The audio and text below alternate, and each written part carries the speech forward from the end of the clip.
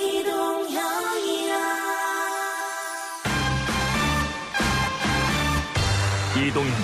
뉴스 정면 승부. 이동형의 뉴스 정면 승부.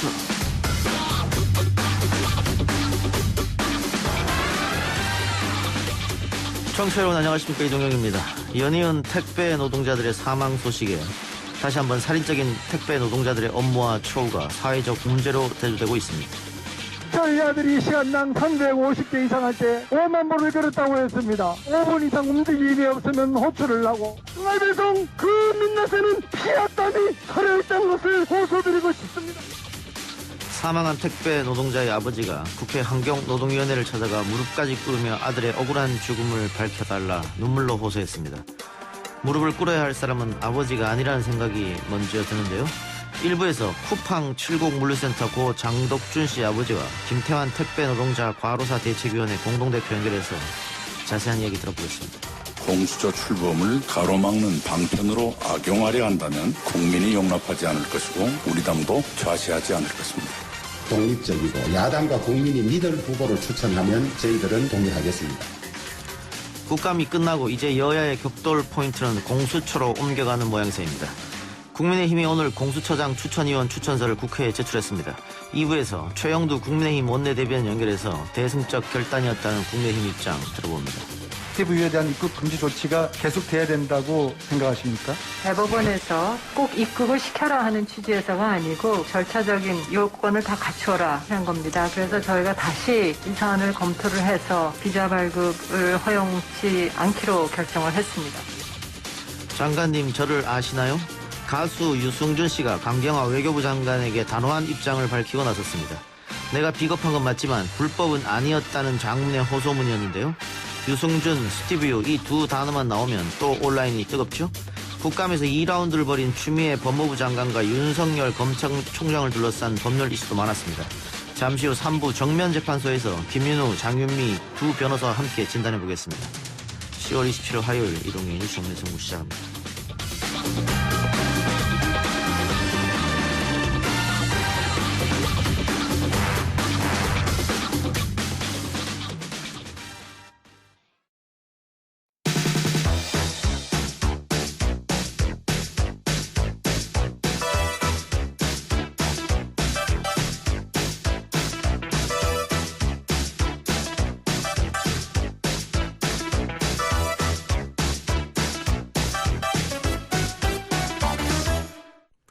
지난 12일 쿠팡 70 물류센터에서 물류작업을 하던 20대 노동자 장덕준 씨가 사망했습니다.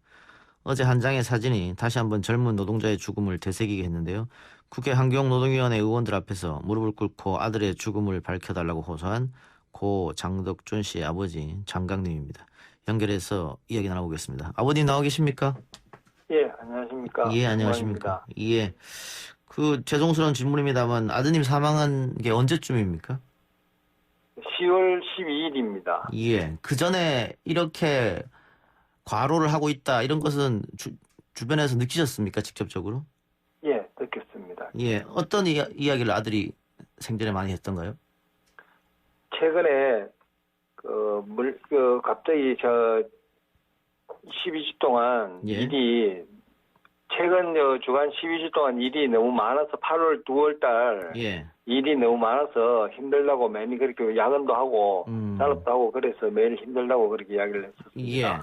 코로나 이후에 또 추석이 겹치면서 상당히 일이 많아졌는 모양이네요. 예, 그렇습니다. 환경노동위원회 의원들을 찾아가서 무릎 꿇고 호소하셨던데 어떤 이야기를 하신 겁니까?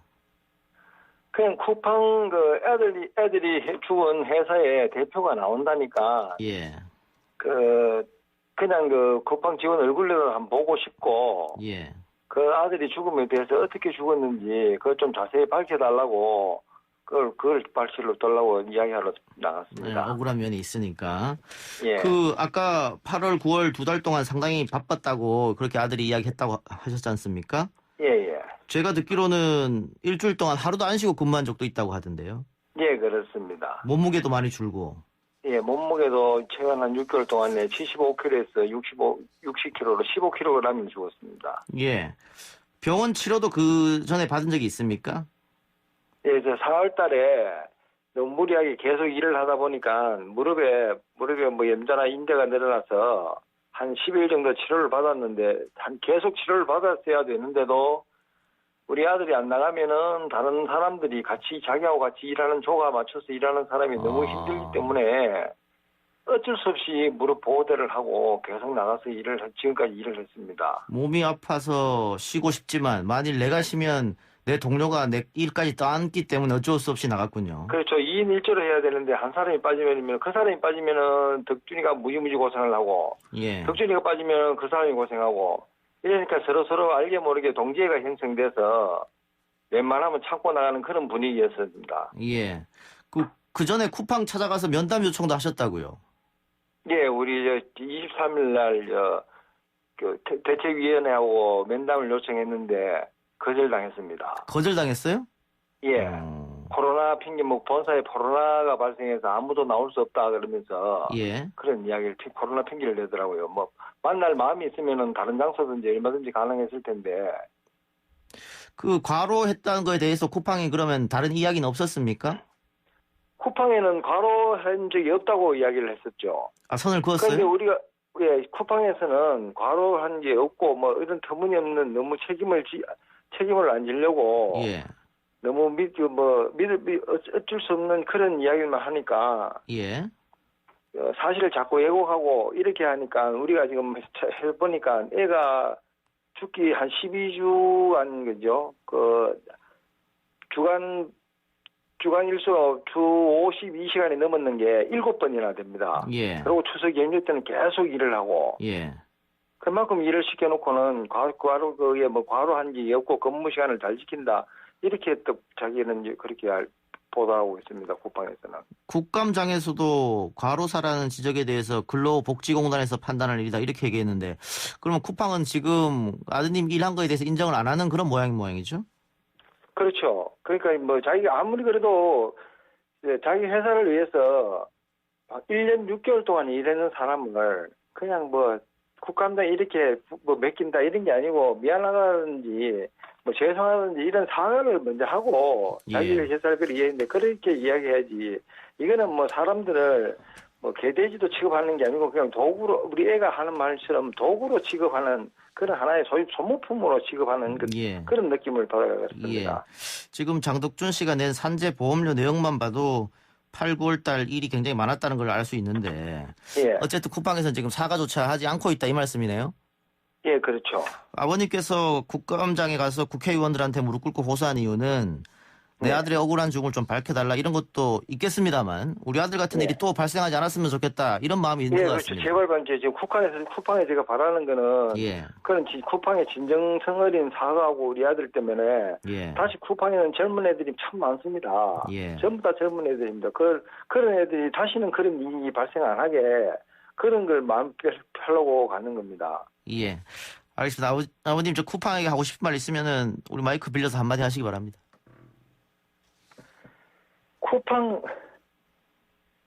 쿠팡이라는 회사는 제가 덕준이가 죽기 전에 알아보니까 그죠. 덕준이 동료들에서 들은 쿠팡 물류센터에서 노동은 정말 비인간적이고 힘들고 너무 그런 일이었습니다. 심야 시간에 여름에는 덥고 겨울에는 춥고 몸을 학대해가면서 일하고 관리자들 눈치를 보면서 일하고 계약이 일용직으로 다 일을 하고 이런 일자리 청년들 몰아내면서 좋은 기업이라고 광고하고 이미지만 관리하는 이런 회사들은 조금 어떻게 사람들이 관심을 가지고 좀 지켜보고 그런 문제를 그런 시각으로 좀 봐줬으면 좋겠습니다. 사회가 조금 더 이런 감시하는 그런 체계를 좀 갖춰줬으면 그런 하는 마음 바람입니다. 알겠습니다. 아버님 오늘 인터뷰 감사하고요. 건강 챙기시기 바랍니다. 네, 고맙습니다. 고맙습니다. 지금까지 쿠팡 70 물류센터 노동자 고 장덕준 씨 아버지 장광님이셨습니다.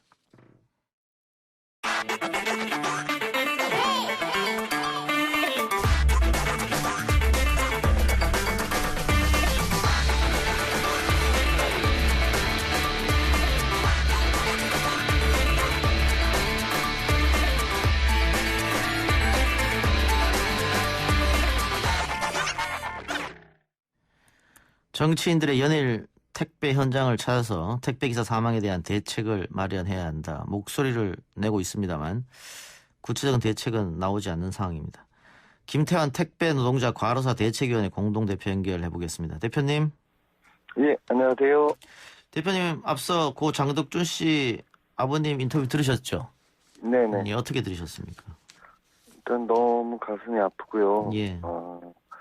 참 분노스럽고 쿠팡에 대해서 이런 부분들 잘 개선될 수 있도록 더 열심히 해야 되겠다 예. 이렇게 생각하고 있습니다. 그 아버지의 마지막 말이 좀 울리는데 뭐 내 아들은 비록 떠났습니다만은 다른 아들은 또 다른 아들 딸들은 살아야 되지 않겠냐. 이 바로 재발 방지 이야기거든요. 네.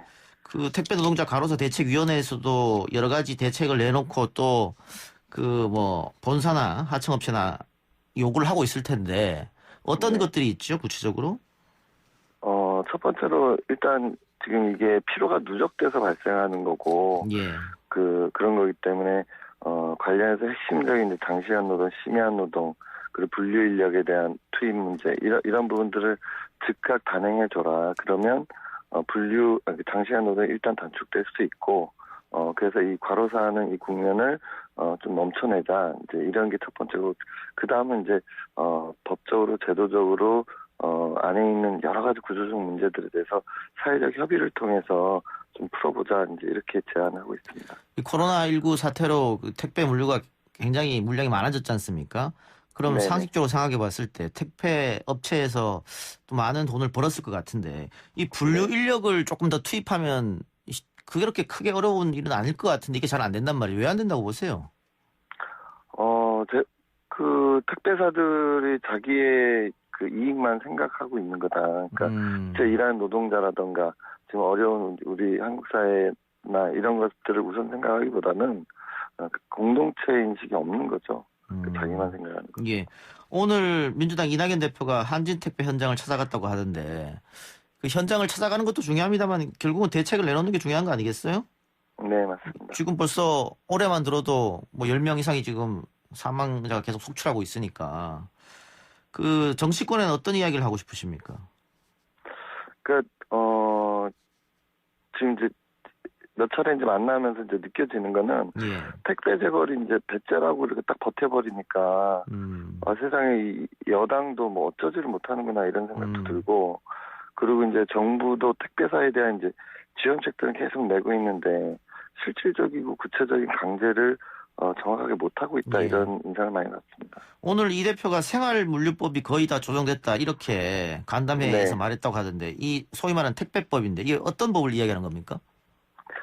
택배 관련 그러니까 모든 산업들이 산업법이 있는데 택배는 산업 관련법이 없습니다. 그러다 보니까 무법천지가 되고 예. 이 법이 없으면 당연히 거기에 제일 위에 있는 이제 재벌이 하고자 하는 것이 곧 법이 되는 거예요. 그래서 택배사가 하고 싶은 대로 하는 거죠.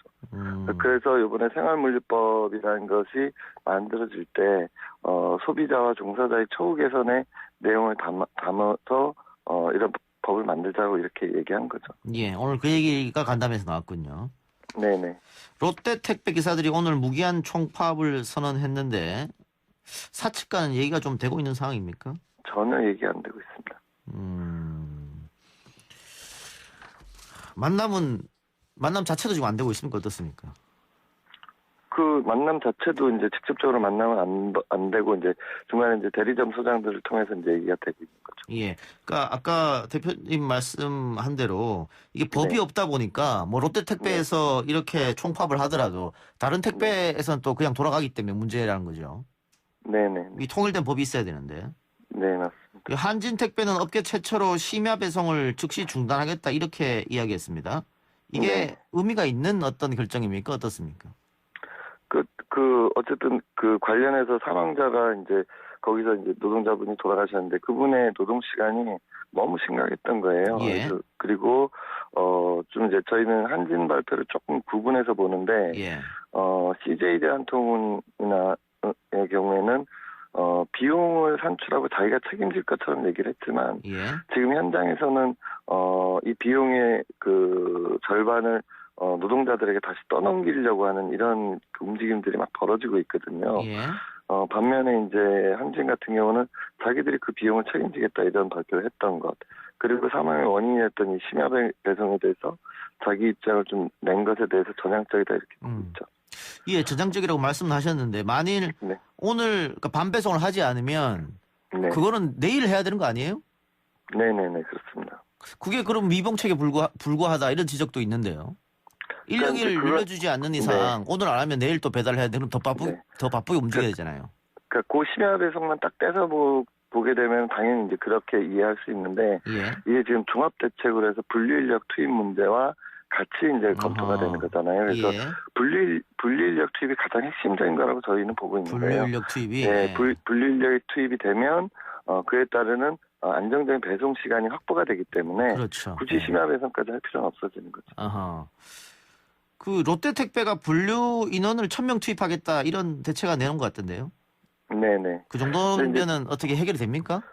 그러니까 롯데가 발표한 내용을 저희가 이제 보고 이게 최악이다 이런 생각을 이제 했습니다. 이제 이유는 1,000명이라는 숫자만 있지 그걸 도대체 언제 할 건지 그 비용은 어떻게 할 건지 이런 내용이 없습니다. 그리고 상하차 비용을 자기들이 이제 책임지겠다 지원하겠다라고 얘기를 하는데 상하차 비용은 다른 택배사들은 다 원래 택배사들이 하고 있는 거거든요. 예. 그러니까 자기만 낙하게 택배기사들한테 이제 떠넘기고 있었던 건데 이걸 즉각하는 것도 아니고 그것도 내년 연말까지 하겠다고 하는 거니까 예. 이건 사실상 안 하겠다는 것처럼 들리는 거죠. 아. 그리고 지금의 이 파업 문제도 사실상 수수료 문제가 핵심 내용이에요. 현재 파업도. 예. 근데 이 수수료 문제와 관련해서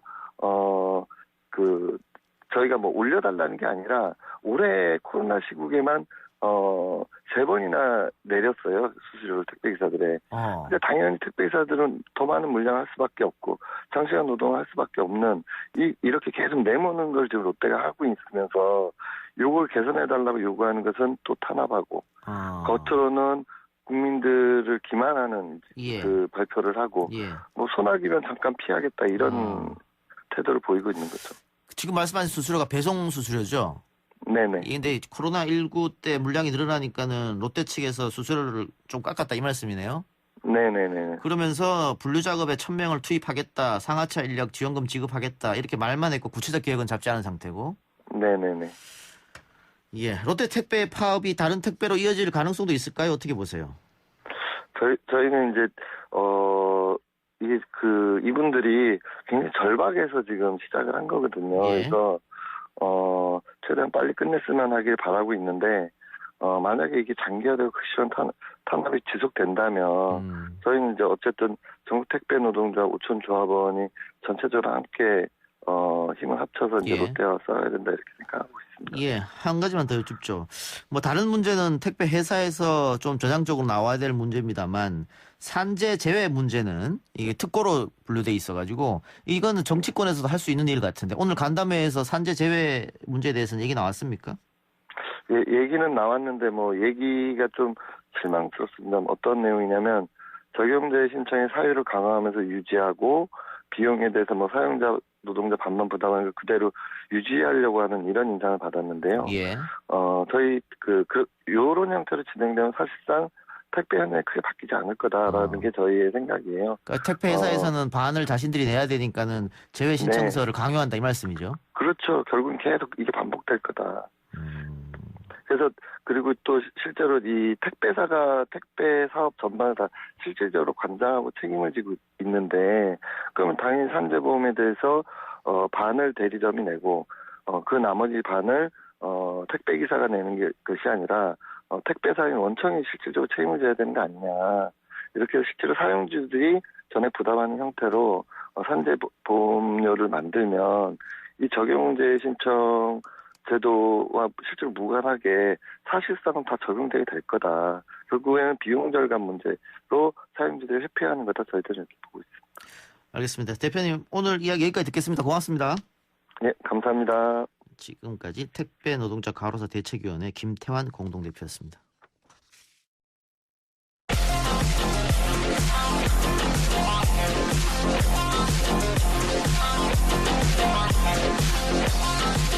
오늘 나온 뉴스들을 언박싱해드리는 기자 언박싱. 오늘은 헤럴드 경제 배도원 기자 나왔습니다. 어서 오세요. 안녕하십니까. 코로나19 오늘 다시 두 자릿수로 내려갔네요. 예, 그렇습니다. 중앙방역대책본부에 따르면 오늘 0시 기준 코로나19 신규 확진자는 88명 늘었다고 밝혔습니다. 어제가 119명이었으니까 신규 확진자 수가 31명이 줄어서 이틀 만에 다시 두 자릿수로 내려왔고요. 지역 발생이 72명, 해외 유입이 16명입니다. 주요 감염 사례를 좀 말씀드리면 경기 여주에 있는 장애인 복지시설 라파엘의 집에서 어제 기준으로 총 30명 확진자가 나왔고요.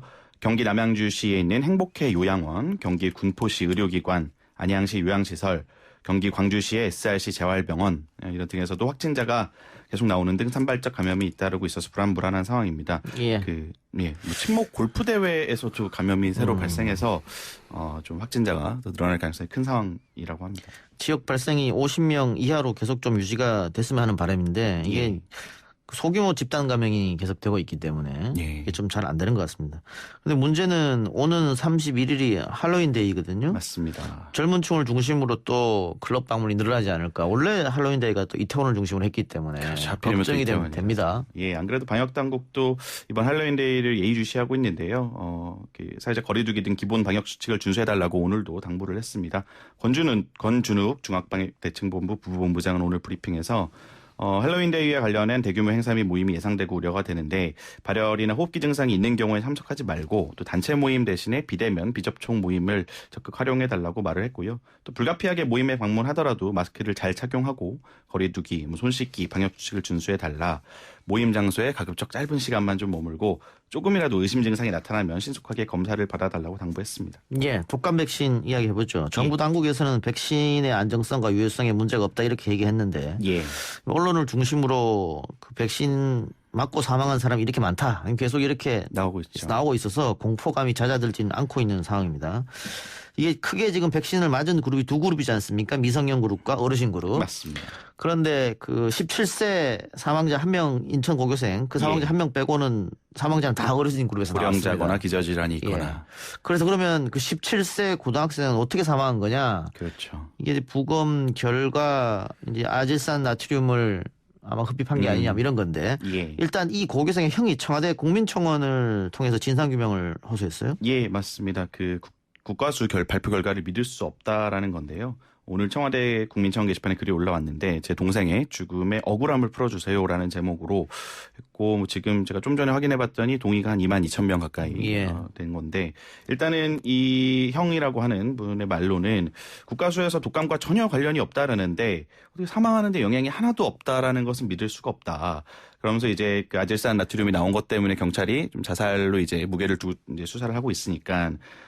동생이 성적도 전교 상위권이고 대학 입시도 맞춰서 심리적인 압박감이나 스트레스가 최소였다. 동생의 극단적인 선택 가능성에 반박을 좀 했고요. 자살을 할 이유가 없다라는 거죠. 그래서 이런 취지의 청원글을 올렸는데 감정적으로는 이해가 되는데 국가수가 이거를 조작했을 거라고 보는 거는 좀 그러니까 유족 입장에서는 그럴 리가 없겠다라고 당연히 생각할 텐데 지금 국가수 부검을 통해서 아질산 나트륨이 나왔고 게다가 이 숨진 고교생이 아질산 나트륨을 구매한 정황까지 지금 확보가 된 상태이니까. 예, 맞습니다. 경찰이 구매한 정황을 확인했습니다. 극단적 선택을 했던 게 아닌가. 이런 추측이 가능할 것 같습니다. 알겠습니다. 이런 가운데 박능무 장관이 오늘 직접 독감 예방 접종을 받았다면서요? 예, 그렇습니다. 올해 만 64세인데요. 박 장관이 만 62에서 69세에 독감 무료 접종이 어제 시작되면서 이거를 맞은 거고요. 독감 백신이 사실 이제 계속 논란이 계속 되다 보니까 사실과는 별개로 논란이 되다 보니까 이를 조금이라도 잠재우는 차원에서 직접 접종한 것으로 보이고요. 앞서 정세균 국무총리 같은 경우도 지난 21일 날 세종시에서 예방 접종을 받은 바 있죠. 박능우 장관은 오늘 접종을 마치고 코로나 방역 과정에서도 그랬듯이 과도한 공포와 잘못된 정보가 오히려 안전을 저해할 수 있다. 그래서 국민들께서 전문가 판단을 믿고 독감 예방 접종에 참여를 하고 접종 전후로 건강 상태를 확인하는 등 접종 주의사항 지켜달라 당부를 했습니다. 그래서 이럴 때는 전문가 집단의 말을 믿는 게 가장 좋은 일이 아닌가 싶긴 합니다. 정치권 이야기 해보죠. 국정감사가 어제를 끝으로 사실상 마무리가 됐습니다. 이번에는 정책 국감을 하겠다 이런 얘기가 있었습니다만 결국은 막말과 고성이 오가고 심지어 욕설까지 오고 갔습니다. 여야 국회의원들 사이 간에. 그래서 정쟁 국감으로 얼룩졌다 이런 평가가 나오는데 전반적으로 원래 국감은 야당의 시간이다. 야당이 빛을 낼 수 있는 시간이다. 그런데 이번 국감은 그렇지 못했다라는 얘기가 많은 것 같아요. 사실 뭐 국감이 이제 국회의원들 의정 활동의 꽃이라고 불리는 예, 그렇죠. 거잖아요. 예. 근데 이제 사실 정책 국감이라고 하기는 좀 어려웠다는 평가가 지배적으로 나옵니다.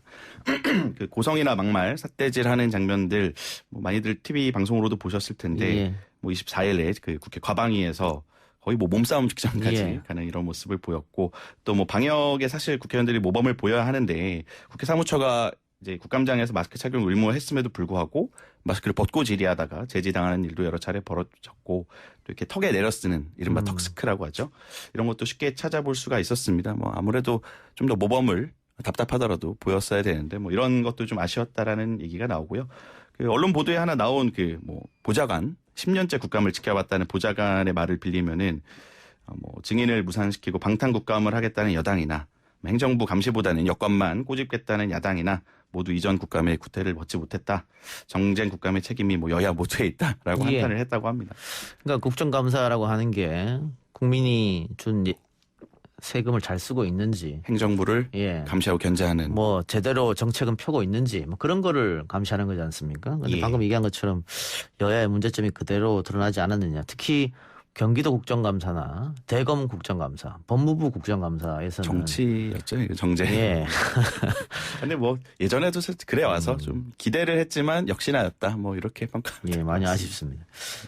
자, 추미애 법무부 장관과 윤석열 검찰총장의 갈등이 사실상 제일 큰 요소였다. 이번 정쟁 국감에 뭐 이런 맞습니다. 얘기도 나오고 있는 것 같은데 국감 이후에도 두 사람의 갈등은 여전한 것 같습니다. 예, 오늘 민주당이 이제 윤석열 검찰총장의 사퇴를 공개적으로 여러 의원들이 거론하면서 압박 수위를 최고조로 끌어올리는 모습이었는데요.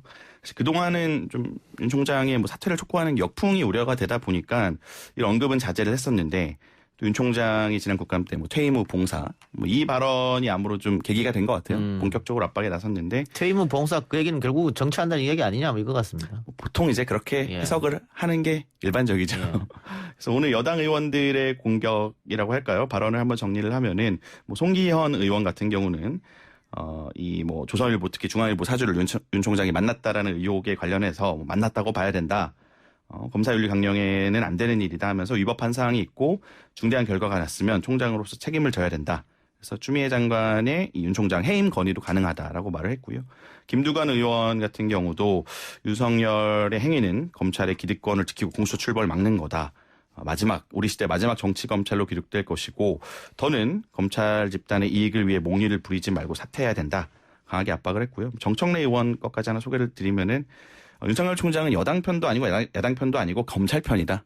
검찰주의자다라고 하면서 윤서방파 두목 뭐 그런 느낌이 든다라고 조금 원색적인 비난을 했습니다. 물론 이제 지도부 차원에서 이런 거를 논의한 적은 없다라고 선을 긋고 있는데 아무래도 뭐 이렇게 발언이 나오는 것 자체가 압박 수위가 굉장히 높아지는 모양새입니다. 예, 지금 이렇게 여권에서 윤 총장을 향해서 압박하는 것은 결국은 자진 사퇴하라는 이야기잖아요. 그렇죠. 예. 근데 이 사건자가 대통령이니까 오히려 여권에서 대통령한테 건의하는 게 더 빠르지 않습니까? 근데 이제 그 정치적 부담이 사실 될 수 있겠죠.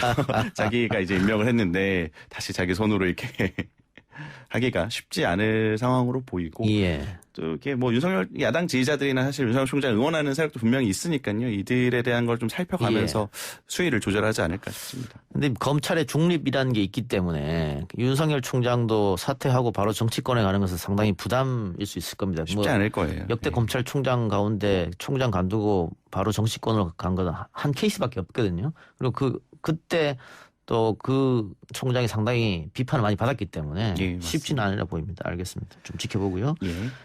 고 이건희 삼성그룹 회장 장례 이야기 해보죠. 장례식이 오늘로 4일째였는데 정재계 인사들의 조문은 계속됐습니다. 예, 그렇습니다. 어제만 해도 이제 뭐 이낙연 민주당 대표, 김종인 국민의힘 비상대책위원장, 박병석 국회의장 등 정치인들, 정세균 총리, 홍남기 경제부총리 등 정부 인사, 김승현 하나그룹 회장, 정의선 현대차그룹 회장 등 재계 총수들이 빈소를 찾았었고요. 이제 내일이 발인이고 오늘이 조문을 할 수 있는 마지막 날이다 보니까 조문 행렬이 오늘도 계속 이어졌습니다.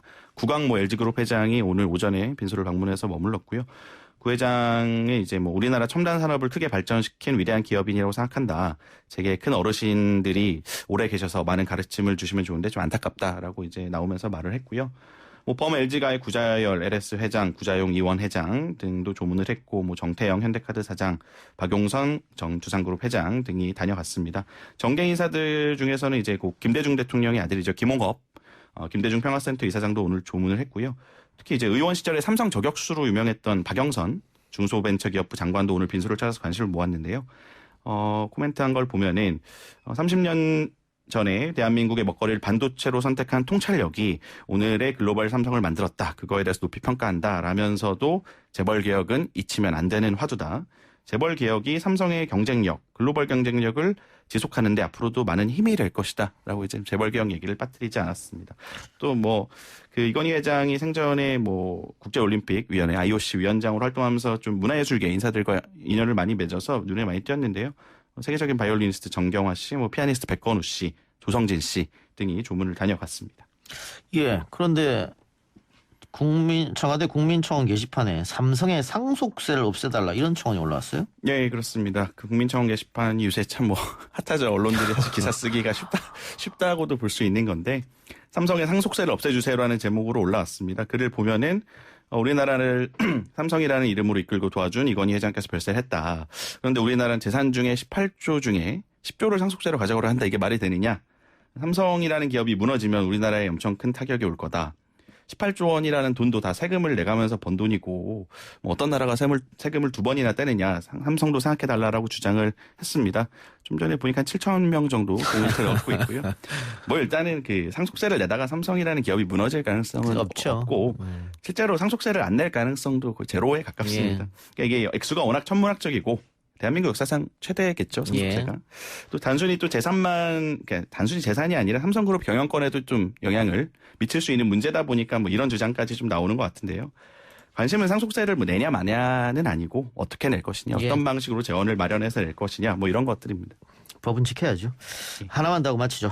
첫 한국인 세계무역기구 사무총장이 나오느냐 관심이 많은데 캐스팅 보트로 분류되던 유럽연합이 우리가 아니고 나이지리아 후보를 지지한다고요? 예, 그렇습니다. 그 유명희 산업부 통상교섭본부장이 이 WTO 사무총장직에 출사표를 던져서 지금 결선에까지 올라가 사실 기대를 모았었는데 말씀하신 것처럼 EU에서 우리 유명희 본부장이 아니라 나이지리아의 응고지 오콘조 이웰라 이름이 좀 어려운데 이 후보를 지지하기로 하면서 선거 전에 좀 먹구름이 꼈다라는 평가입니다. 사실은 이 두 후보가 각자 지역 기반을 토대로 팽팽하게 맞서는 상황이었어요. 외교부에서 자체 정세 분석을 한 거를 보면 일단 아시아는 일본 빼면은 대체로 우리나라 후보에게 우호적인 태도를 취했고 아프리카는 어쩔 수 없이 그쪽으로 많이 가고 미국 같은 경우는 대선 결과에 따라서 바이든 행정부가 되면은 입장이 뒤집힐 수 있겠습니다만은 어쨌든 트럼프 행정부는 우리 유명희 후보 지지 의사를 밝힌 상황이었고요. 그래서 이제 캐스팅 보트를 진 EU의 결정에 좀 관심이 쏠렸는데 결국에는 나이지리아 후보를 지지하는데 합의를 했다고 합니다. 이게 한 27개 회원국 중 7개 회원국은 유명희 본부장 지지를 건의를 했으나 받아들여지지 않았다라고 전해졌고요. 그리고 이제 EU 같은 경우는 각자 나눠서 국가들 투표하는 게 아니라 몰표를 주는 이런 방식으로 하다 보니까 좀 우리로서는 수밖에 없는 소식입니다. 예. 어쨌든 우리 정부는 끝까지 최선을 다하겠다니까 믿고 지켜보도록 하겠습니다. 오늘 기자 언박싱 여기까지 하죠. 지금까지 헤럴드 경제 배두원 기자였습니다. 고맙습니다.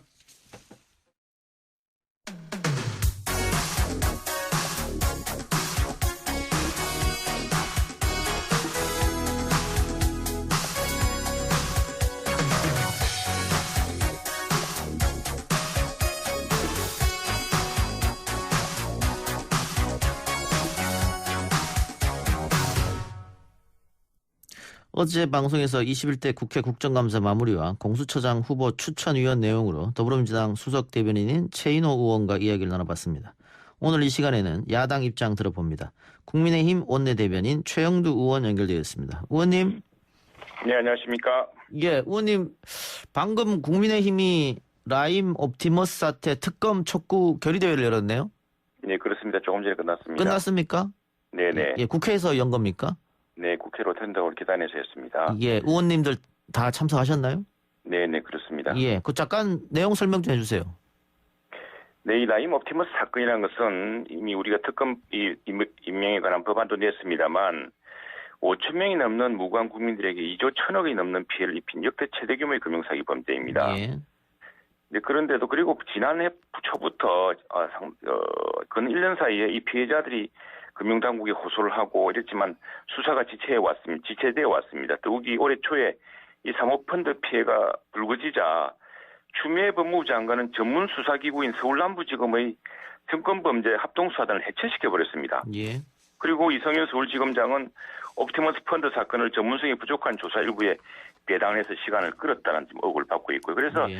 도대체 이 엄청난 펀드가 이 수많은 공기업이 여기에 투자하고 또 피해자들의 피해 진정이 있고 했는데 금융당국의 당국이 제대로 이루어지지 않은 것들, 그리고 여기에 정관계 로비 이 명단에 오르내린 인물들, 지금 여기에 그 사건의 당사자 이 김봉현이라는 사람, 이 사람 지금 구속되어 있습니다. 예. 이 양반이 법정에서 진술한 걸로 해서 전 청와대 정무수석 그리고 여당 의원 등이 지금 연루되어 나와 있거든요. 이런 예. 엄청 권력 범죄를 지금 이제 이 김봉현 씨라는 사람이 구속 중인 사람이 무슨 이유에서인지 또 옥중 편지란 걸 통해서 일부 검사들에게 어떻게 했다 저떻게 했다 이런 걸 밝히자마자 갑자기 지금 정부와 여당은 뒤집어서 이게 단순 사기다 이렇게 지금 몰아가고 있고 한데, 그래서 윤석열 총장을 오히려 공격하는 형국이 되었습니다. 그렇기 예. 때문에 지금 이 사건은 우선 엄청난 초대형 금융사기 사건입니다. 이 사건이 제대로 수사되어야 되고 이 사건의 왜 이렇게 지연되고 축소되고 있는지에 대해서 국민들 의구심이 큽니다. 더욱이 이제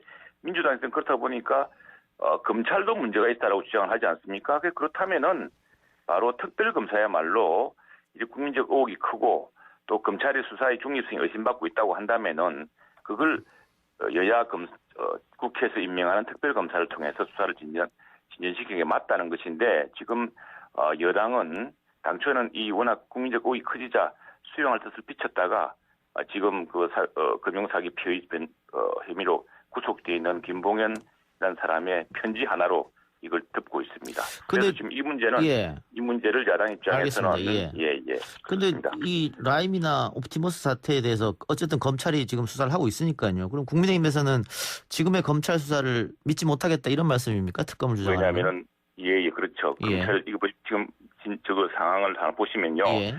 여기 이 주요 관련자 중에 한 사람이 그 출국 금지가 내리기 직전에 해외로 도피했습니다. 예. 해외로 도피한 뒤에 대통령의 해외 순방 행사장에 얼굴을 드러냈습니다. 예. 그리고 지금 미국에서 귀국하고 있지 않습니다. 예. 초기 수사 방향부터 이게 수사의 속도도 중요하지만 수사의 방향이 중요한데 수사를 축소시키고 이 분야를 전문적으로 잘하는 여의도의 정권 이 금융비리 수사를 잘하는 합동수사단을 해체시킨 것부터가 저는 도저히 우리 당의 입장에서는 받아들일 수 없는 판단입니다. 그리고 그리고 이제 서울지검에서도 수사라는 것도요, 이게 전문적인 그 영역이기 때문에 해본 사람들이 더 잘합니다. 그런데 사실은 보통 고소고발 사건을 배당하는 조사부에 이걸 배당했는데 이 문제를 전담으로 할 수 있는 그 수사부를 채취해 놓고 알겠습니다. 그런 것들에 의해서 우리가 이제 이 수사의 진정한 의지를 볼 수가 없다고 보는 것이죠. 그렇기 때문에 중요합니다. 문제는. 그럼 현실적인 질문 좀 여쭤보죠. 네네. 제가 어제 그 민주당의 최인호 의원과도 이 얘기를 나눠봤습니다만은 민주당 의원들 공통된 입장은 특검은 못 받아들인다는 겁니다. 네네. 이유를 이야기하면 지금부터 해봐야 3, 4개월 걸리는데 그거 결국은 하지 말자는 얘기 아니냐 이런 건데 결국은 민주당에서 안 받아들이면 특검은 불가능한 거 아니겠어요? 그런데 이제 이게 손바닥으로 하늘을 가릴 수 있겠습니까? 지금 당장 김봉현이라는 사기 사건, 이 사건의 당사자입니다. 이 사건으로 돈을 수천억을 편취한 혐의로 지금 구속되어 있는 사람입니다. 이 사람이 무슨 이유에서인지 법정에서 자기가 돈을 주어서 구속되어 있는 이인호라, 부산의 민주당 위원장입니다. 선거에 나왔던. 이상호. 그분 재판정에서 자기가 전 청와대 정무수석과 이름을 다 이야기를 했습니다.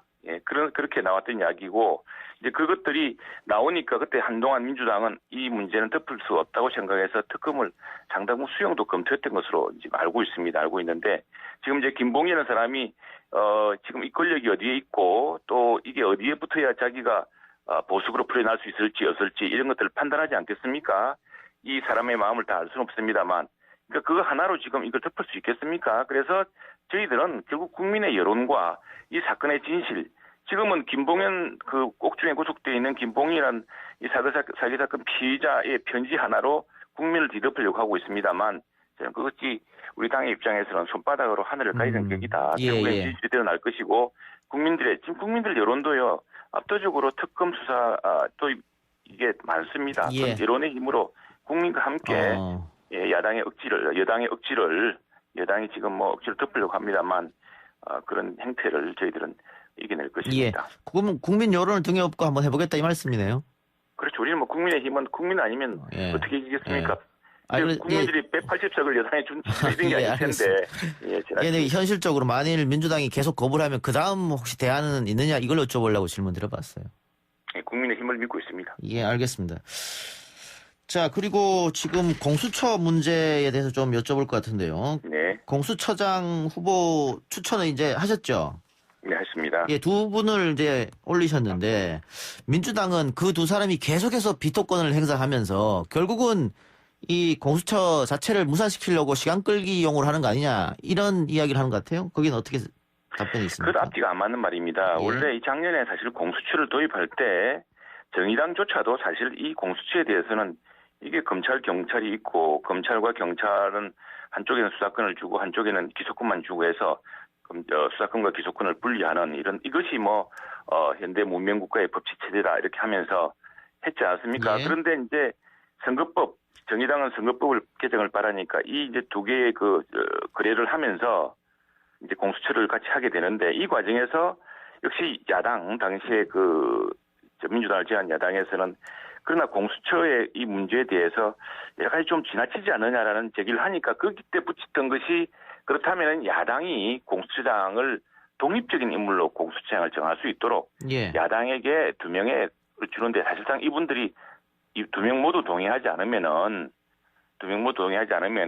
공수처장을 임명하기 힘들다. 그렇게 되면은 공수처장을 독립적인 사람으로 할 것이고 그렇게 되면 공수처가 독립적으로 수사할 것 아니냐. 이렇게 설득하면서 이 법을 통과시켰습니다. 그런데 이제 그 법에 따라서 야당이 공수처장 후보를 2명, 추천위원 후보를 2명을 임명했습니다. 임명했더니 이 사람들이 지레짐작으로 아니 모든 공수처장 후보를 다 비토할 거 아니냐라고 하는데 만일 정말 자신들이 처음 했던 말처럼 공수처에서 이 공수처가 대통령의 어떤 권력의 도구로 전락하지 않고 정말 공직자 비리를 제대로 추결할 수 있는 그런 중립적이고 독립적인 인물이라면 저희들이 거부할 리가 없죠. 그걸 왜 진작 겁을 내서 그렇게 할 거라고 이렇게 생각하시는지 모르겠습니다. 무한 비토권에 대한 우려는 지레짐작이다 민주당에.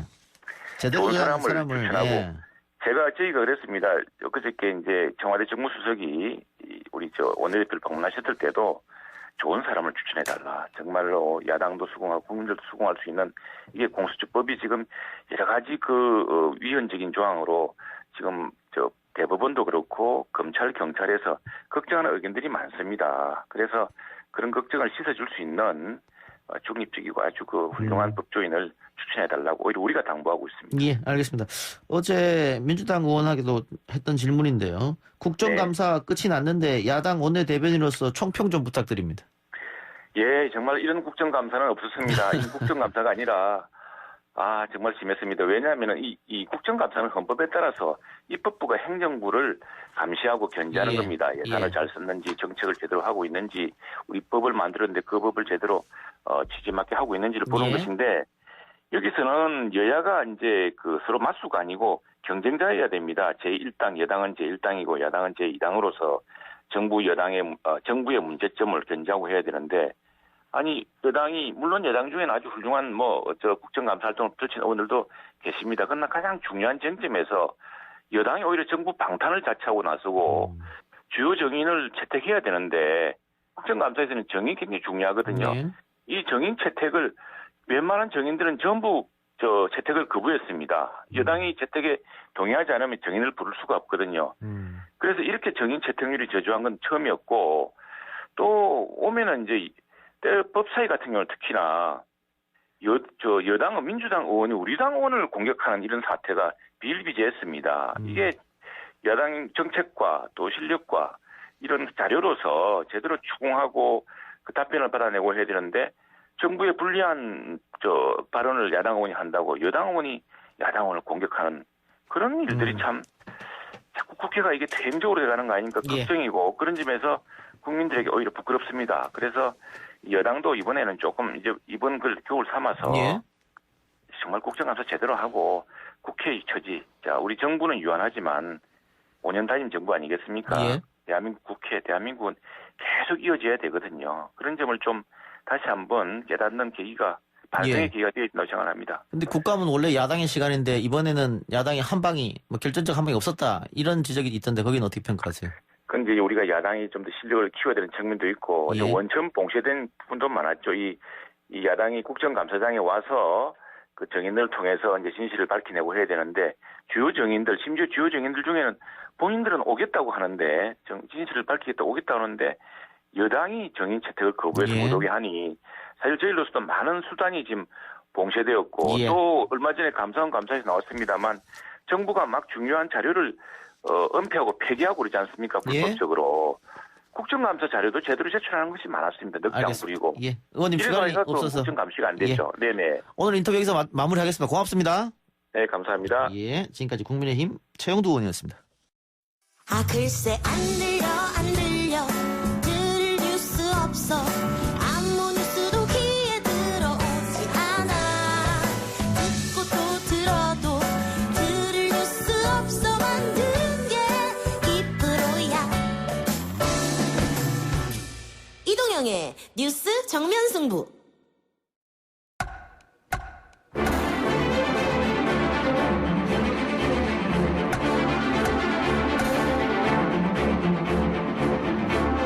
YTN 라디오 이동의 뉴스 정면 승부 3부 시작하겠습니다. 매주 화요일 스튜디오를 법정으로 순간 이동시켜주는 두 분, 김윤우 변호사, 장윤미 변호사 나왔습니다. 어서 오십시오. 네, 안녕하세요.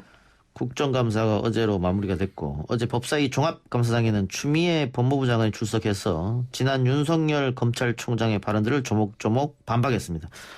뭐 예상했던 거죠, 이거는. 뭐 이렇게 할 것이라고. 네, 그렇게 볼 수밖에 없었죠. 워낙 그 검찰총장, 대검 국정감사가 워낙 센세이셔널을 했기 때문에 한번 정리해주는 과정이 필요했을 것 같습니다. 예. 어제 추미애 장관이 윤석열 총장 그리고 검찰 수사 과정에 대한 전방위 감찰을 시사했습니다. 법무부 장관이 검찰총장의 상급자가 맞다라는 얘기도 했고요. 그렇기 때문에 수사지휘권 발동 관련해서 논란의 소지는 없다. 근데 윤석열 총장은 지금 추미애 장관은 법적으로 문제가 없다는 얘기고. 네. 윤석열 총장은 법적으로 문제가 있다고 그랬잖아요. 그렇죠. 이게 법적으로 문제가 상당히 있고 자기가 뭐 부하가 아니다라고 예. 하는데 그 맥락은 아마 그런 것 같습니다. 일단 검찰이 법무부의 외청인 건 맞습니다. 하급 기관인 지위는 분명한데 예. 이제 검찰이 준 사법기관이고 수사기관이다 보니까 이제 독립성이 보장돼야 된다는 측면을 강조한다는 점에서는 그렇다면 지시 감독을 받는 이런 부하라는 기계적으로 어떤 명령을 따라야 되는 지위에 있는 건 아니다라고 이제 항변하고 싶어하는 것 같은데 일단 법제상 이 외청인 관계로 어쨌든 법무부의 밑에 있는 조직인 것은 분명하고 또 관련해서 준사법기관이라고 해서 민주적 통제까지 받지 말라는 건 아닙니다. 예. 따라서 검찰청법 8조에도 이제 법무부 장관이 뭐 개별 사건에 있어서 개별 검사를 지휘하지 못하더라도 검찰총장은 지휘할 수 있게끔 이게 바로 또 어떤 면에서는 민주적 통제, 견제를 할 수 있는 근거 법령이 되는 거기 때문에 이게 완전히 불법이고 위법이다 이렇게 예. 항변하는 건 좀 아니지 않나 이런 생각이 듭니다. 그러니까 법무부 장관을 대통령이 지명하는 사람이 올라가는 것, 정부적 판단을 해서 그 자체가 문민 통제를 하라고 한 거잖아요. 그렇죠. 예. 그 뭐 검사들에 대한 징계 사건을 보면 그 검사들이 어떤 지시 위반했을 때 언필칭 나오는 말이 이 민주적 통제, 민주적 정당성이거든요. 예. 맞는 말씀이시고요. 예.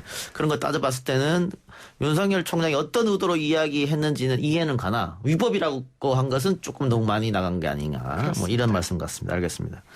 옵티머스 관련해서 서울중앙지검의 무혐의 처분에 대해서 감찰을 언급했습니다. 이게 윤 총장이 서울중앙지검장 시절에 옵티머스 펀드 수사팀 계좌 추적하지 않았고 결국은 부실 수사가 됐고 결국은 이렇게 많은 피해가 났다. 그때 사건을 제대로 처리했었으면 이런 피해가 없었을 거 아니냐. 이 얘기 같습니다. 네, 그때 뭐 계좌 추적을 한다던가 뭐 이런 조치를 취했어야 된다는 건데요. 그 오늘 당시에 담당했던 형사 7부장, 지금 현재는 원주지청장인데요. 오늘 뭐 검찰 내부망에 자신의 입장을 올렸습니다. 올렸는데 저 좀 이해가 안 되는 부분이 수사 의뢰를 지금 그 전파진흥원에서 과학부 통해 가지고 수사 의뢰를 한 거거든요. 예. 그런데 그 단지 그 같이 동업자였던 이혁진 씨, 지금 미국 가 있는 이혁진 씨가 고소를 했다가 취소하기도 했고 그거랑 뭐 동일한 내용인데 전파진흥원 직원도 수사 과정에서 추가 증거를 내보라니까 못 냈다. 그러니까 이거는 내부 분쟁에서 비롯된 그냥 단순 민원 사건이다. 이런 식으로 파악을 했다. 자기는 이런 말을 했는데 그러면서도 같은 글에서는 이런 어떤 내용이 있었냐면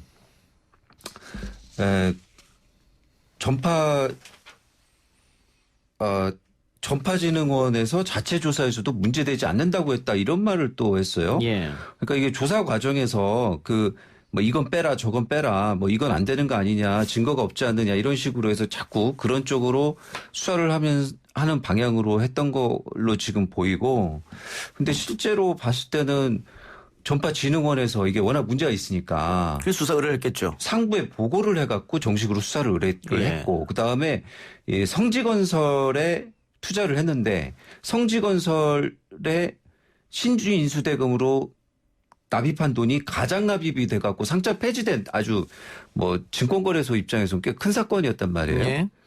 그런 사건인데도 불구하고 그냥 내부 민원에 불과하다. 왜냐하면 여기 투자 좀 이해가 안 되는 게 투자 설명서를 보면 공공기관의 매출 채권 아니면 공공기관 매출 채권을 가진 회사와 관계사의 그 사모사채 인수 딱 두 가지만 투자를 하게 돼 있는데 왜 신주 인수대금으로 이 돈이 흘러가느냐 이거는 굉장히 의문을 가질 만한 상황이었는데 그런데도 불구하고 이거 그냥 단순 민원에서 비롯된 사건이고 증거도 없었다 이렇게 오늘 해명을 올려놔서 저는 조금 의아하게 읽었습니다. 우아하다, 예. 예. 근데 윤석열 총장은 국정감사장에서 이거 부장 전결 사항이기 때문에 난 모른다. 그러니까 내 책임은 아니다 이렇게 얘기한 것 같아요. 그렇습니다. 그렇지만 물론 부장 전결 사안이 있고 뭐 차장 전결 사안이 있어서 뭐 보고를 받지 못했다 뭐 이런 식의 이제 주장을 편 건데 그렇더라도 그 책임에서는 좀 자유롭진 못할 거라고 보고요.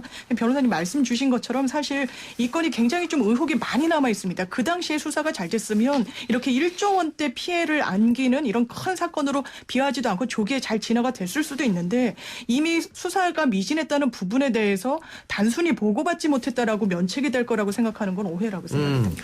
그 방금 차장 전결이나 부장 전결이나 이 얘기 나왔는데 보통의 일반 회사는 차장 부장 이런 순입니다만은 검찰은 부장 차장 이런 순이잖아요. 근데 이게 그렇죠. 부장 전결 차장 전결이 많이 다릅니까? 지금 박주민 의원 이 사항을 지적하던데 부장 전결이 아니다 차장 전결이다. 아 차장 전결 그러니까 좀 더 중요성이 있는 사안이기 때문에 차장 전결이다 지금 이런 그 주장을 하신 건데 여기에 대해서는 뭐 지금 뭐 일단은 이 조사과 조사가 진행이 되어 있고 조사과 조사는 그 검사 조사가 아니라 사법경찰 관리의 조사로 보기 때문에 그거는 경찰 수사기관처럼 그거는 빼고 봐야 된다. 지금 이런 해석도 있는데 정확한 근거 규정이 있는 뭐 주장인지는 오늘 지금 원주시청장님의 주장이거든요. 그것이 그 부분에 대해서는 조금 더 확인은 필요한 것 같습니다. 알겠습니다. 예. 근데 이 라임 사건과 관련해서 야당 정치인이 연루되었다. 근데 이것을 가지고 남부지검장이 중간 단계를 건너뛰고 윤석열 총장에게 직보했다.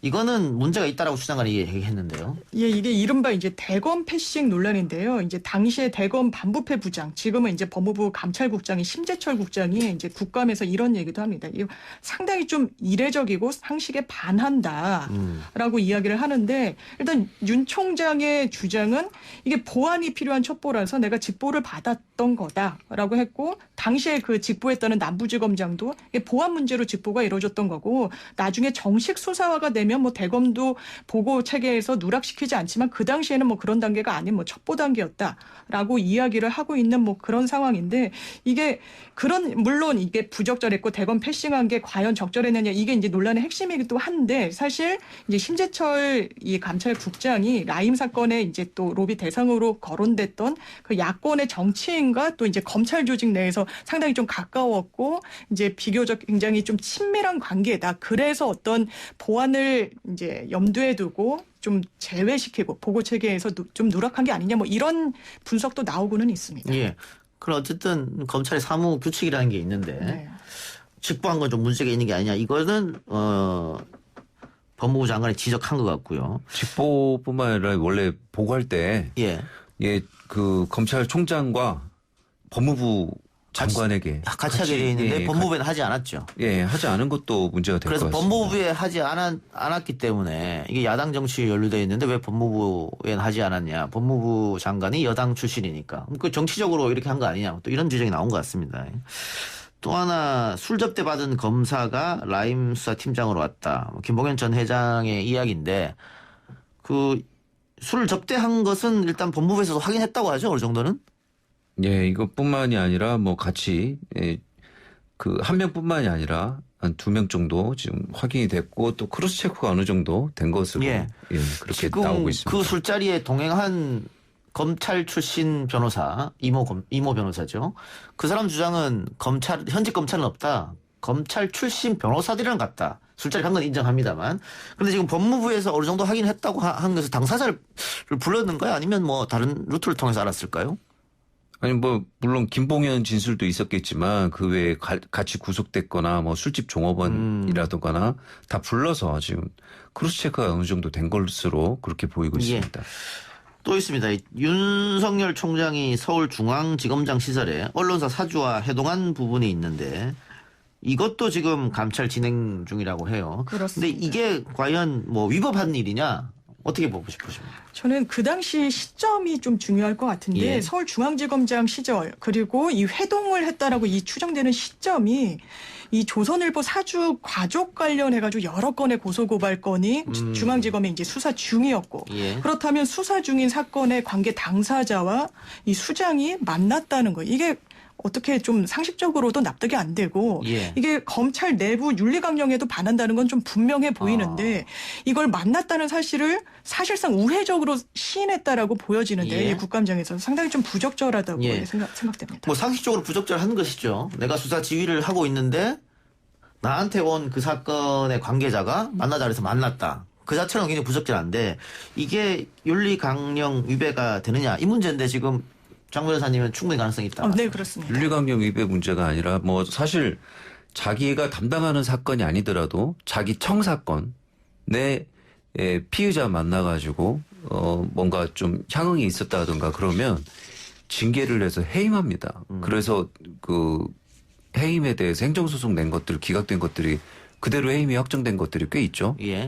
그래서 평검사한테만 이런 게 적용되고 또 위에 적용 안 된다 또 이렇게 보기도 어렵거든요. 검사 신분 검사장이든 뭐 차장이든 부장이든 뭐 그 이상이든 동일하게 적용되는 강령이나 동일하게 적용되는 징계 사유라고 봐야 되지 않을까 생각이 됩니다. 그래서 윤 총장이 국정감사장에서 대통령이 임기를 채우라고 했다라는 얘기를 했습니다.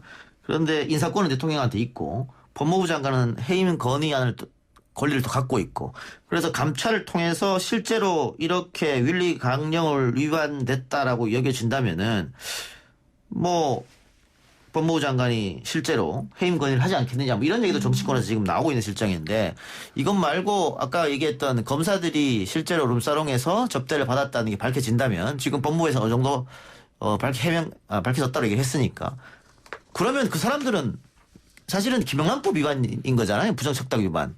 네네. 그것도 있고 뇌물도 되겠죠. 자기 직무 관련성이 있다면? 직접 관련성이 있으니까요. 뇌물하고 관련이 있다면은 큰 엄한 처벌이 가능할 텐데 만일 뇌물은 빠지고 부정청탁 위반만 간다면은 그걸로 해임할 수 있는 거 아닌 것 같은데요. 그래도 아까 말씀드린 것처럼 자기가 담당하는 게 아니라 자기 청 안에 있는 그 사건 내 피의자하고 뭐 골프 한 번 친 거 가지고도 해임을 다 했거든요. 지금까지 검사들은 드러나면 다 했습니다. 평검사들은. 평검사. 굉장히 이게 센 징계사유입니다. 검찰에서 생각할 때는. 그렇군요. 어쨌든 국감장에서 윤석열 총장도 만일 사실로 드러난다면 엄중히 처리하겠다고 얘기했으니까 지켜보고요. 4년 전 상간 폭언과 폭행으로 극단적 선택을 한 김홍영 검사. 김 전 검사의 부친과 저희가 인터뷰도 했습니다만 이전에 수사심의위원회가 열린 사안을 가지고 두 분과 이야기도 했었습니다. 근데 수사심의위원회가 열리고 김대현 전 부장검사가 재판에 그제서야 넘겨졌습니다. 일단 어떤 혐의로 넘겨졌습니까? 일단 적용된 혐의는 폭행 혐의입니다. 뭐 불구속 기소가 됐는데요. 이 사건, 그러니까 이 김홍영 검사가 스스로 이제 목숨을 끊은 지 4년 만에, 이 사건 발생 4년 만에 이게 처리가 됐는데요. 이 고소 사건에, 이 고소 고발 사건에 폭행만 있었던 건 아닙니다. 뭐 모욕도 있었고 뭐 이랬는데 이런 부분은 다 이제 불기소가 됐습니다. 지금 폭행 4회에 걸쳐 폭행한 혐의에 대해서 재판이 넘겨진 상황입니다. 그 폭행보다 모욕이 더 빈번했다고 네. 여겨지는데 사실 소위 말하는 막말, 욕 이런 것도 다 모욕이지 않습니까? 그렇습니다. 남들 앞에서 했다면. 근데 모욕은 왜 불기소됐을까요? 일단 이 검찰이 기소하지 않으면서 밝힌 변을 보면요. 이 모욕죄가 기본적으로 좀 친고죄입니다. 그래서 이 요건을 충족하지 못해서 그러니까 이 행위 자체가 있었다 없었다 이 부분을 판단한 게 아니라 이게 적법한 당사자의 고소가 없었기 때문에 이거를 기소를 하지 못했다. 또 고소기간도 도과해가지고 기소하지 못했던 점이 있다. 이렇게 밝혔습니다. 그럼 지금 4년이 지나서 기소를 했는데 4년 전에는 왜 기소를 하지 못하고 4년이 지나서 수사심이 열리고 기소를 했느냐 이런 비판은 검찰이 받을 수밖에 없을 것 같은데요. 그렇습니다. 검찰은 왜냐하면 내부적으로 이 문제를 들여다보면서 해임 조치는 했습니다. 이거 과도하게 부하 직원에게 폭언을 하고 폭행을 했다는 점은 인정을 스스로 내부 감찰을 통해서도 드러나서 확인을 한 부분이거든요. 다만 형사고발 조치를 하지 않았는데 이게 형사사건으로까지 처벌할 사안이 아니라고 판단을 한 거는 사실 팔이 안으로 굽는다고 이게 적절한 조치는 아니었던 걸로 보입니다.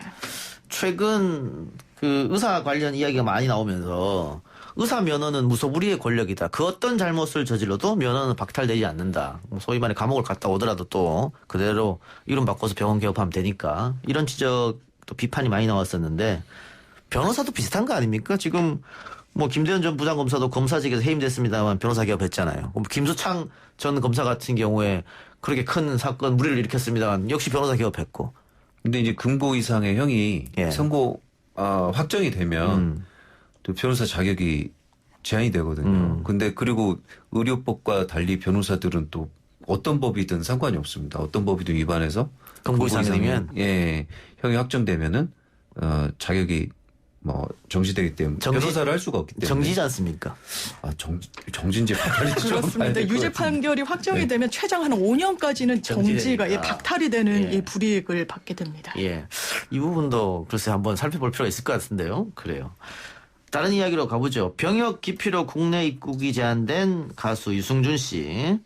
어제 국회 외교통일위원회 국정감사에서 유승준 관련 질문이 나오자 강경화 장관이 앞으로도 외교부는 비자 발급을 하지 않겠다 이렇게 밝혔는데 유승준 씨가 이 말 듣고 발끈한 것 같아요? 그렇습니다. 유승준 씨는요 계속 이 문제를 일단 인권 문제로 접근을 하는 것 같은데요. 이런 식의 좀 입장을 냈습니다. 그러니까 강 장관께서 올해 초에 유엔 인권 최고 대표를 만나기도 하지 않았냐. 그리고 대한민국의 인권 이사국으로서 국제적 인권 보호와 증진을 위해 노력하겠다고 하지 않았냐. 그런데 내가 범죄자도 아니고 내가 지은 죄만큼 범죄자들도 심지어 처벌을 받으면 그 이후에는 이제 자유롭게 사는데 내가 무려 한 20년 가까이 18년 8개월 동안 병역 기피를 목적으로 외국 시민권을 취득했다는 이유로 대한민국에 못 들어오고 있다. 이건 정말 인권 침해 아니냐 이렇게 좀 억울한 심정을 토로를 했습니다. 근데 이런 이야기 나오면 관광비자로 그냥 와라. 돈은 벌지 말고 관광비자로 오면 되는데 굳이 왜 다른 비자를 얻어가지고 오려고 그냥 결국은 한국에서 돈 벌려고 그런 거 아니냐 이런 얘기가 많은데 관광비자로도 못 들어온다고요? 그렇습니다. 관광비자로는 일단 이게 약간 가짜뉴스다 이런 얘기가 나오는 게 왜냐하면 이제 일단 미국 시민권자들은 기본적으로 이제 무비자 입국이 되고요. 90일간 단기 체류는 비자가 없어도 가능합니다. 그렇기 때문에 이제 유승준 씨가 그냥 이제 비자 발급만 되면은 한국에 들어와서 이제 거주를 할 수 있는 부분이기 때문에 이게 꼭 F4라서 어떤 상업적인 목적으로 들어오고 뭐 그런 거는 좀 아니라는 기사들이 좀 나오고 있고 그렇습니다. 그러니까 입국 금지 명단에서 제외돼야 입국이 가능하지 지금 상태에서는 입국을 못한다. 근데 유승준 씨 논란은 벌써 몇 년째입니까 이거.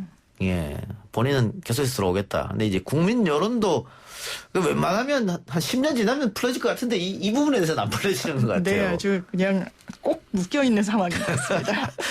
근데 대한민국에서 가장 강력한 대통령 후보였던 사람들도 아들 병역 문제로 2번이나 대통령에서 낙마했는데 역시 가장 민감한 부분이 이 병역 문제 같습니다. 김 변호사님은 예, 전 장교로 잘 갔다 왔습니다. 기억을 했고요. 오래 갔다 왔습니까? 이거 할 때 홍준표 의원이 또 그때 같이 재외국민 국적법 통해가지고 국적 선택 문제랑 뭐 병역 문제 뭐 이런 것들 같이 입법을 했었던 기억이 나는데 그것이 그쵸? 헌법 불합치 결정도 나고 2022년까지 다시 또 개정해야 되고 이런 문제들이 또 생기고 있는데 유승준 문제도 좀 어느 정도 지금 말씀하신 대로 어느 정도 정리가 필요하지 않을까 생각은 듭니다. 예. 어쨌든 뭐 국민 여론 여전히 안 좋은 상황이기 때문에 쉽지는 않아 보입니다. 마지막으로 하나만 다뤄보죠. 청와대 청원 게시판에 올라온 사건인데요. 아동 학대 누명 쓰고 폭언에 시달리다가 어린이집 교사였던 누나가 극단적인 선택을 했다. 이런 내용입니다. 짧게 사건 내용 부탁드리겠습니다. 일단 세종시에 있는 어린이집 보육교사신데요. 예. 이분이 이제 2018년 11월부터 1년 6개월 동안 이 해당 아동의 어머니하고 할머니한테 굉장히 시달림을 받습니다. 아동학대를 했다라는 어떤 확신을 갖고 지속적으로 괴롭힌 건데요. 물론 이 학부모들이 형사 고소도 했습니다. 아동학대로. 그런데 이게 무혐의 처분을 받으니까요. 그 이후에도 계속해서 찾아오고 그 주변에 시청에 악성 민원 넣고 아파트 단지 찾아가고 뭐 인근 병원 이런 곳에 허위사실 유포하고 정말 끊임없이 괴롭히다 결국에 이 해당 보육교사가 극단적인 선택을 한 사건입니다. 그러니까 아동학대를 하지 않았는데 아동학대를 했다고 의심하고 계속 유치원에 찾아와서 뭐 욕하고 뭐 그랬다는 거지 않습니까? 네. 동네에 이상한 소문 내고. 네. 그래서 결국은 이 사람들을 고소해서 이 사람들이 벌금 2천만 원도 선고받고 뭐 업무방해, 공동폭행, 모욕 다 받았음에도 불구하고 계속해서 그치지 않고 계속해서 해서 도저히 참다 못해서 이제 스스로 목숨을 끊은 그런 사건인데 그러니까 지금 네티즌들도 이거 이렇게 벌금 선고해서 되냐 한 사람의 무고한 생명이 희생됐는데 더 강하게 처벌해달라. 근데 현실적으로 어렵죠 법으로. 그렇죠. 옛날 조선시대 같으면은 무고를 하지 않습니까? 그럼 무고한 범죄에 해당하는 형만큼을 받았습니다. 무고한 사람, 무고가 드러나면. 그렇지만 요새 무고는 일단 법정형 자체도 그렇게 높지도 않은 데다가 이렇게 좀 처벌이 초범이고 그러면 굉장히 약하게 가는 경향들이 있어서 무고로 상대방을 위험에 처하게 하는 거에 비해서 자기가 받는 처벌이 약하니까 좀 이런 것들이 어떤 때 보면은 좀 법의 형평이 좀 안 맞는 거 아닌가 이런 느낌까지 들 때가 왕왕 있는 것 같습니다. 시집 가서 너 같은 XX를 낳아라. 뭐 저런 X가 무슨 선생이냐. 뭐 이런 모욕적인 말 그리고 가슴을 밀치는 폭행 또 이거 일하는 직장에 찾아가서 이런 행패를 부렸기 때문에 업무방해. 그런데 벌금이 2천만 원이다. 이 너무 약하지 않느냐 그런 생각이 듭니다. 알겠습니다. 오늘 이야기는 여기까지만 하고요. 두 분 다음 주에 뵙겠습니다. 수고하셨습니다. 네, 감사합니다. 감사합니다.